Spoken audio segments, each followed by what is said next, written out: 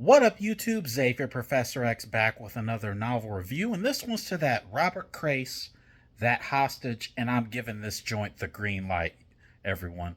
Saw this green light the moment I saw the movie adaptation with Bruce Willis. There's been a strong selection of scenes that Robert Crais has released that have all been pretty dope, like back to back to back to back. It was honestly competing for Crime Novel of the Year for the year of 2001.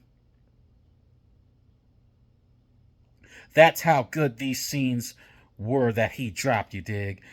And as I was beginning to read this project, as I was beginning reading this project, I began questioning, like, could this be the newer age A Maiden's Grave? Because there's a lot of ways that you can draw some core comparisons if you think about it. Because if you go back to A Maiden's Grave, everyone, Jeffrey Deaver, a legendary thriller crime author who took his time with classics such as this, A Maiden's Grave, and The Bone Collector, and he took them and he dropped them, and they hit all kinds of waves when it did happen.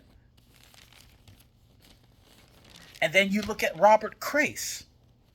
You look at authors like Robert Crais, an LA writer who has written for TV shows such as Cagney and Lacey, Hill Street Blues, and LA Law, who has been talking about being a novelist forever, and then he dropped all of these scenes in Hostage that came out and hit back to back to back to back to back, which were all fire, you dig? There's a lot of comparisons to be had here. But if we're going to make this comparison, then we definitely have to break down the A Maiden's Grave novel. Because my question to you guys is, okay, A Maiden's Grave by Jeffrey Deaver is a classic mystery. I'm never going to deny that. But how many scenes from A Maiden's Grave do you actually recall and revisit? Still to this day, you dig? That is the question you need to ponder as an avid reader.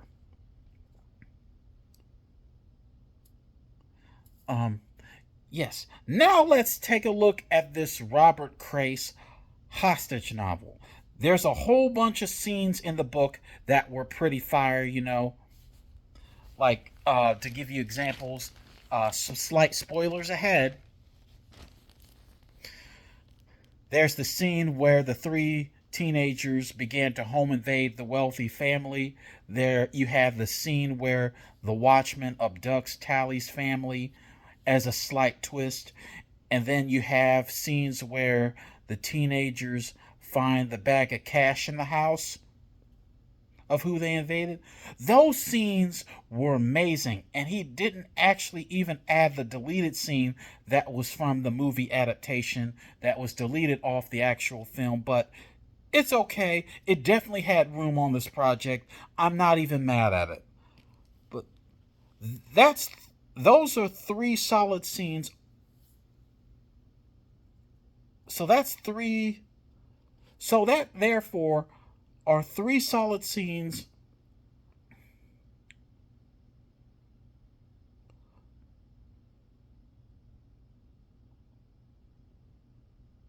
in Hostage rather than in A Maiden's Grave, which is a much better recollection with Hostage than the other novel that I mentioned in comparison. But you have to take into consideration that the game of the mystery crime genre has changed from the time of A Maiden's Grave to this project. So, a quick recap of the positives here is that Hostage was packed with a whole lot of action, the delivery and pacing was on point, and most importantly, the dialogue was there, definitely showcasing Crais' prowess as a former TV writer of several television shows. All right, here.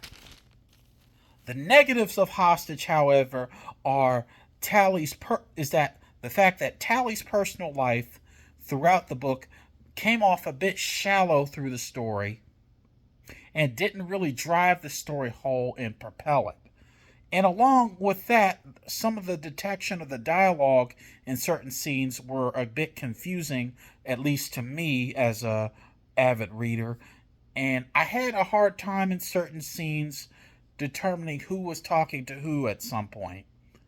Now, before I conclude this review, I want to give out a public response to all of the readers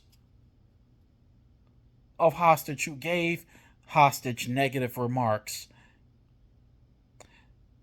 and bring my response to light in front of everybody that's watching this review.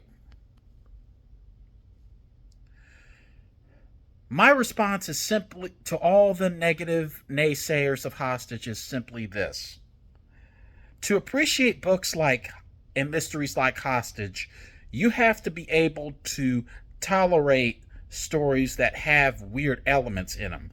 Like, to put it this way, if you're not a fan of movies such as Swordfish with John Travolta, or more recent films such as The Empty Man or The Night House, then Hostage will most likely not fit the bill for you. So, in between the book and the movie, which one I prefer? Both are great and fantastic, but I preferred the film Hostage slightly over the book.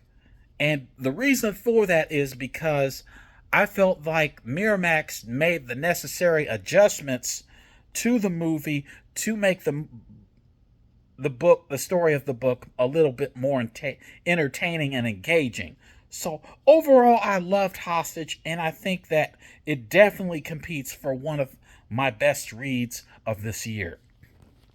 So that's my review of Hostage by Robert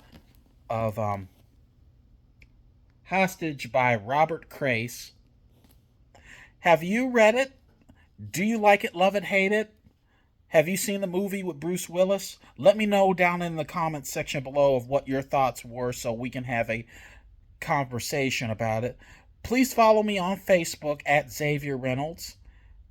And also, please follow me on Instagram at Professor X128. Thanks for watching and tuning in. I'm Xavier Professor X, wishing all of you a happy and safe week.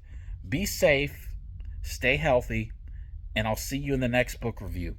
Next book, in case you're curious to review, is Demolition Angel by Robert Crais. So, take care, guys, and have a great day, and I'll see you in the next review. Class dismissed.